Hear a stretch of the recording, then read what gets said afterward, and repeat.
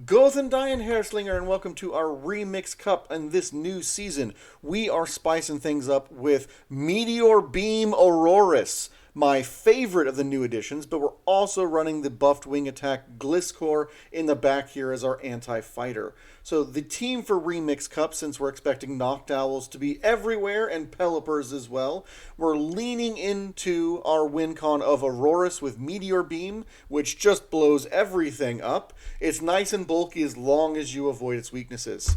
So let's jump right into it here. When we get a good lead, like a flyer like Gliscor, you just go straight Weather Ball. Oh no, they brought in an Alolan Marowak? Guess what? Meteor Beam. Even when they shield it, then we bring in our double. It's our safe swap if we need it. It also works great against ghosts. So we're running Payback specifically so we can deal with ghosts, and as a safe swap, I'm not a huge fan of Wild Charge. We know we don't even need to shield to deal with this Marowak. Even though it's resisting our double kicks and our body slams, it's enough for us to get there. Even when we see him P-tie here, we take the Mud Shot, or Bone Club, sorry, and we knock him out, leaving no health on our double for them to farm us down. And then we've realigned with the Gliscor, and we get to a body slam. Now it's just bad news bears for them, because we bring in Aurorus, and we can basically, as long as we don't get Earthquaked, farm them down. So we shield in the event that it's an Earthquake. It's a Night Slash. Now we know they can't get high enough. Toxapex were close enough to throw the Meteor Beam, because they're not going to want to shield it, but it's enough to get them weak for us to get our Gliscor up to an Earthquake. We know we can eat one of these brines because brine's a mediocre move, and then we can get up to double Night Slash because one Night Slash at this stage should be enough to KO it, and throw the double Night Slash. So we eat the shield and then we throw another one. And at this stage of the game, even though we don't knock out Toxapex, that's okay because it's in farm range for Aurorus. And getting energy on Aurorus against Gliscor is just game over. So when we win the lead, it's great, it's easy, and it sells itself. Next up, we've got Shadow Skuntank, which we would call a neutral lead. Flamethrower's worthless against us, so it's going to be throwing crunches. Poison Jab's not going to be doing a lot. Weather Ball hits hard enough that we can go straight for it. And it's a Shadow Mon, so they need to protect it. Pelipper comes in, which is all over this cup, so we need to make sure we're watching out for it. We can eat one Weather Ball, even though it's super effective, and that gets us to Meteor Beam. So we can force the shield here, or we win, and then we swap into our double. It's nice, it's safe. Body Slam hits super hard on Pelipper, and then we've got plenty of health, so even if Pelipper throws a Hurricane here, we're okay. It does throw the Hurricane. We've got plenty of health left to throw that Body Slam, though, which puts us in a great spot to realign after Double falls down. Now they've got Jumpluff, which is a spicy pick, and I love the Shadow Jumpluff, but it's not going to be doing damage with fast moves, which means we've got Aurorus is going to absolutely deal buckets of damage here. We have two shields, and Fairy Wind's not going to farm him down quick enough for the damage we're popping in here. When they bring in Skuntank, we still throw the Weather Ball because it's going to force either the shield or them too weak, and Gliscor can eat a crunch here and get it low enough. Then we've got Gliscor, with Wing Attack doing super effective damage, and Aurorus also for Jumpluff, which will let us close it out. So we're going to farm down here after shielding. Double Night Slash should be plenty to deal with Shadow Jumpluff because it lacks those tanky stats. And then just in case it gets to a Grass Knot and knocks us out, we'll be able with the Aurorus to throw one Powder Snow, which would be enough just in case it lived there. But it's not always an easy win. Sometimes we get this neutral matchup. Yes, Powder Snow is super effective against Drifblim, but Shadow Ball will hurt if it hits us, so we have to make sure we keep track of our counts here. We could get Icy Wind bait, but we know we're going to get to two Powder Snows before. Since it doesn't shield, that means it's just going to go Shadow Ball and sack it. We want to keep Aurorus nice and strong because it's so good with shields down. They bring in an Obstagoon, which is bad for Aurorus, but we can still throw a Meteor Beam. They don't shield, and look how low they are now. There's so little that the Obstagoon can do. Eat whatever they throw on our thick, woolly Dubwool. They assumed we were going to shield, so they threw the Night Slash, and then they bring in Shadow Gardevoir with two shields, right? Old school strat. Charm was debuffed, and even though Shadow Gardevoir puts out a lot of damage, we've got enough thickness on the rest of our team that we can punch through these shields eventually. So we bring in Aurorus because we know we'll get to a Powder Snow nice and quick before we get farmed down, or a Weather Ball. And even though they shielded it, now we've got a full health Gliscor just to farm down. Nice, easy lead. But what happens when our leads aren't ideal for us? What if we're getting in a little more dangerous situation? So Serperior is a great Pokemon. I love it. I wish it somewhere play. Because Ice is such a terrible defensive typing, and we're Rock type, that means that we are weak to Grass, and one Frenzy Plant will blow us up. We are also doing super effective damage, so it's a risky matchup. We just have to hope we outspeed them and don't outshield or overinvest to make sure we win the lead here.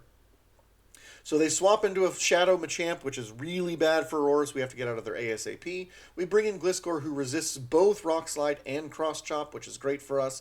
And we try and get the Night Slash off here before we lose the CMP tie, so we have to shield. And then I undercharged here so I can get some energy back for the back end, because we know he's not going to get to another one. So now we're basically in an Earthquake, but Mandibuzz comes in, can't throw an Earthquake there.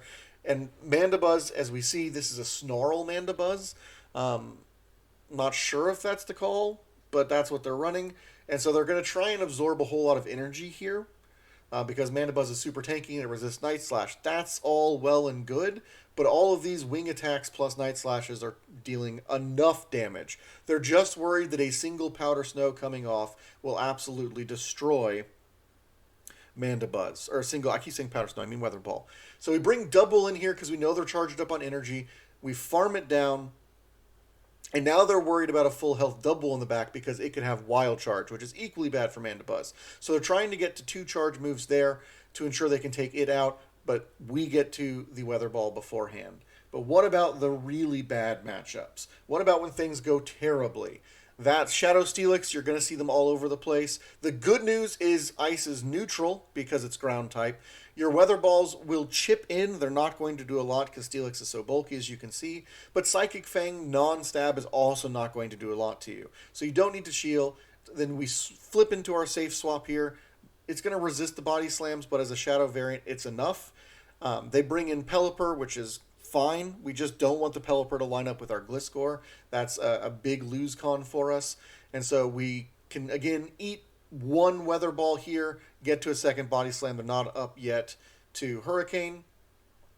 And this will help us realign to deal with the Steelix and his thickness, because we're at double shields right now, which can be a real problem. But with Pelipper out of the way, we don't suspect they're going to have another hard Gliscor counter, though we can have problems with Steelix is the big thing we have to worry about, since we can't farm it down with Wing Attack. So we throw our Weather Ball here, hoping that they just won't shield it. They do shield, so now we're in trouble. We can eat another Psychic Fang because the damage isn't much, but we want to make sure we keep him healthy enough to really try and force this Steelix out to clear the path for Gliscor. So we throw our Weather Ball, kill the Steelix, and then we bring Gliscor into close. It's a Zweilous, which means we got to a Weather Ball, and that's not good for Zweilous. And so Zweilous at that is never going to win against a Gliscor. So what we need to do here is manage Steelix's damage by swapping out once the Dragon Tails will do too much. Our safe swap Double works really well against anything that's not a hard fighter, and even then it can usually get to it. Sometimes, however, we just get everything to align perfectly for our Meteor Beam Aurorus. But before we see what happens there, let's hear a word from our sponsors. Talk Thithrecker, we've got shirts for sale. We've got hoodies for sale. Long sleeve, short sleeve, everything you could want designed here at thithrecker.creator-spring.com. That's thithrecker.creator-spring.com. What kinds of shirts we have? All the starters. We've got Bulbasaur. We've got Blastoise, styling the shades. And we've got everyone's favorite starter, Charizard, majestic and glorious, looking towards the sun. And we've got Duck with lightsaber, famous starter. We have all shirts on sale now. Use code REMIX10 for 10% off your order. Code REMIX10 at thithrecker.creator-spring.com for your Pokemon apparel. So we've got a spicy Galarian Rapidash here, and I know they're going to be running high horsepower because they just got the new move and they want to flex it. And high horsepower will make us explode. So when we see they get up to high horsepower, we have to shield it, and then we're going to bait because we know it's squishy. They love to shield the first move on Rapidash to get to another one. But then we get to Meteor Beam after they shield the first one. They assume it's another Weather Ball, I guess, or they don't want to invest 2 shields, and we blow it up. In comes Alolan Marowak, which is, again, a really good matchup for us. because Bone Club is just such a bad move that even though it's super effective, we can eat 1 or 2 depending on our health levels. We go straight for Meteor Beam. If they shield it, great. If they don't, amazing.